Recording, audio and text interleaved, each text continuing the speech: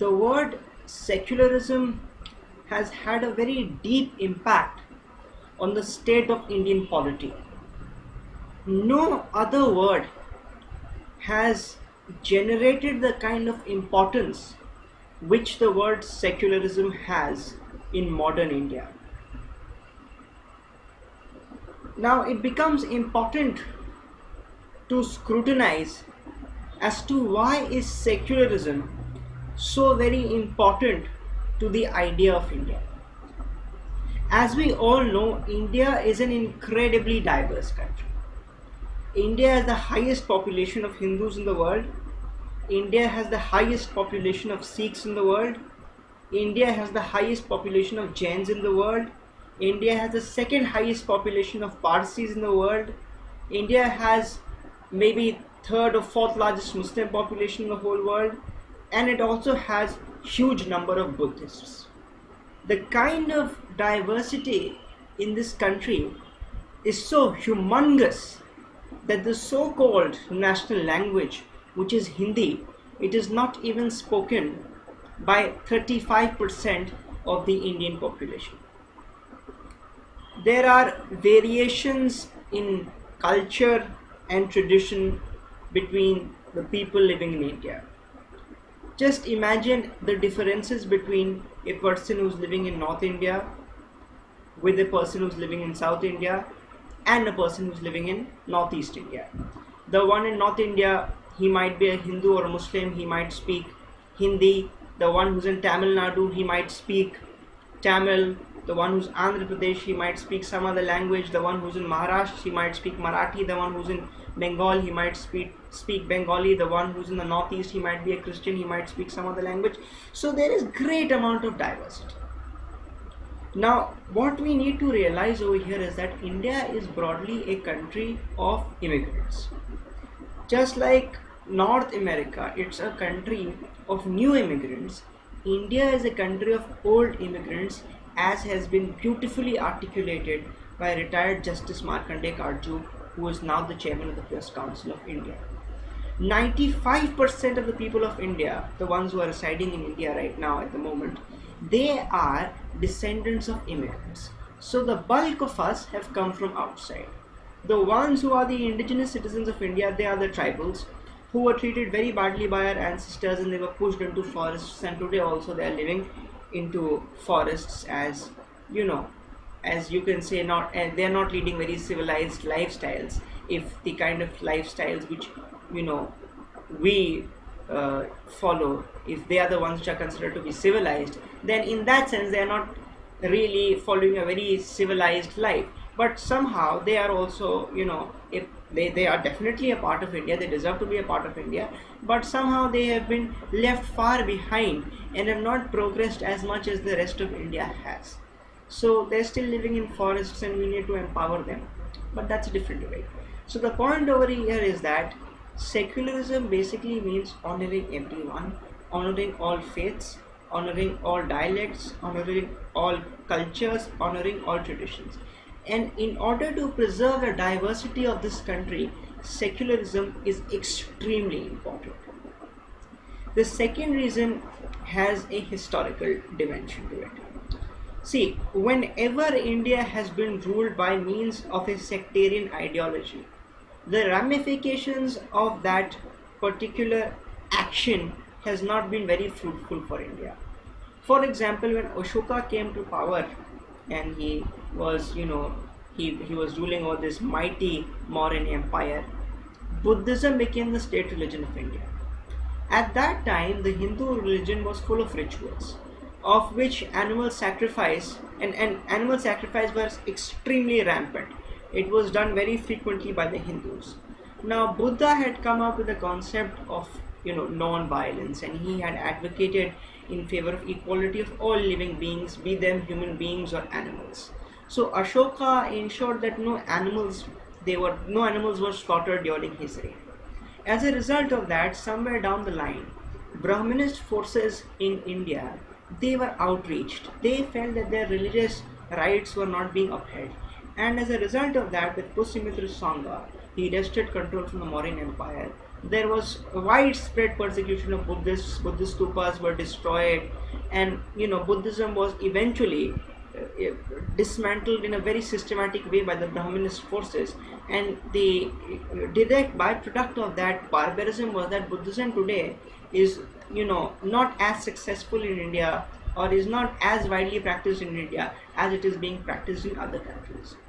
Similarly, when the Islamic invaders or the Islamic rulers, they came into India, they also brought in with themselves very sectarian rules and regulations.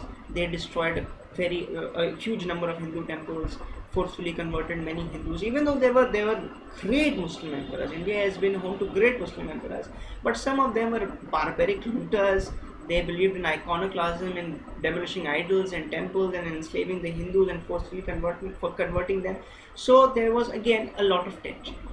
Eventually, all these tensions, which have been part of our history, they culminated into the partition of India on religious lines.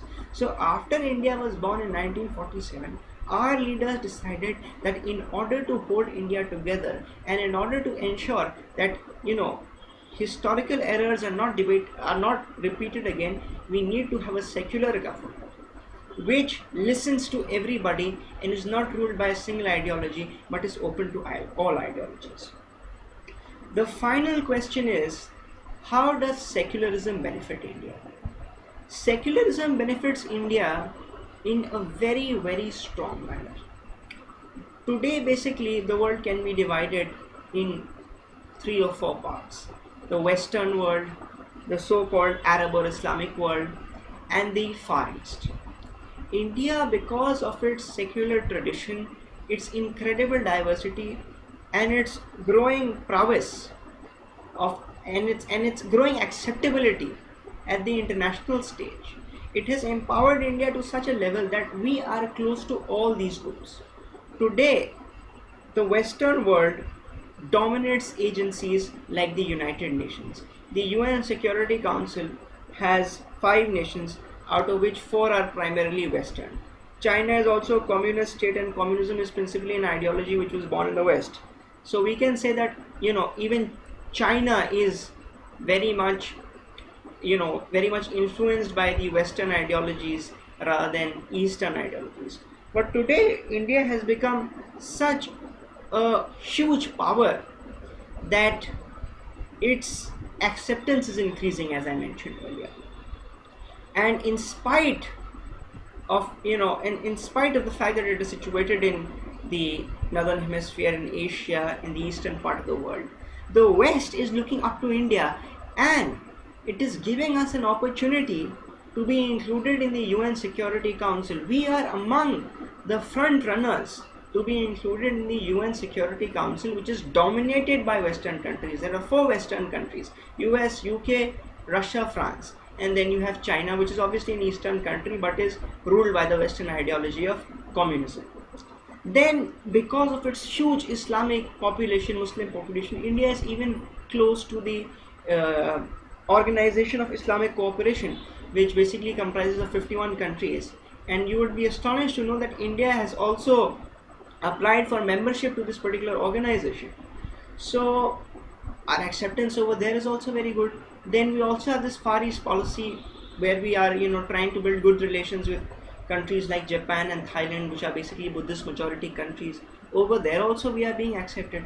So the thing is, our diverse population, it gives us acceptability everywhere.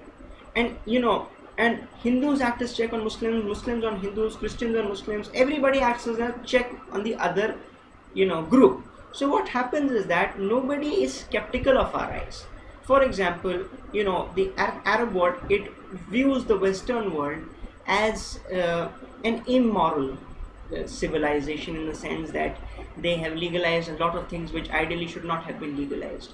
The Western world sees the Islamic world as barbaric and uncivilized and backward, and they believe that if they get hold of a nuclear weapon, they might create bloodshed in the whole world.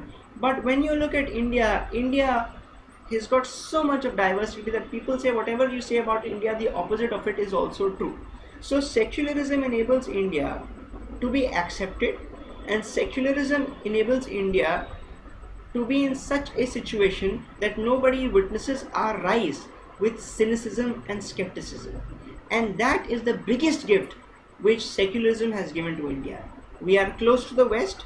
We believe in giving our citizens democratic rights, in ensuring egalitarianism. We are close to the Arab world, and we believe in honoring our cultural traditions, in ensuring that basic morals are rooted within the people. And we are also close to the Far East, and we also share some great cultures and traditions with them. And the overall impact of secularism in India has been extremely positive, except for the fact that some politicians have used the word secularism for purposes which are primarily political. I'm talking about vote bank politics.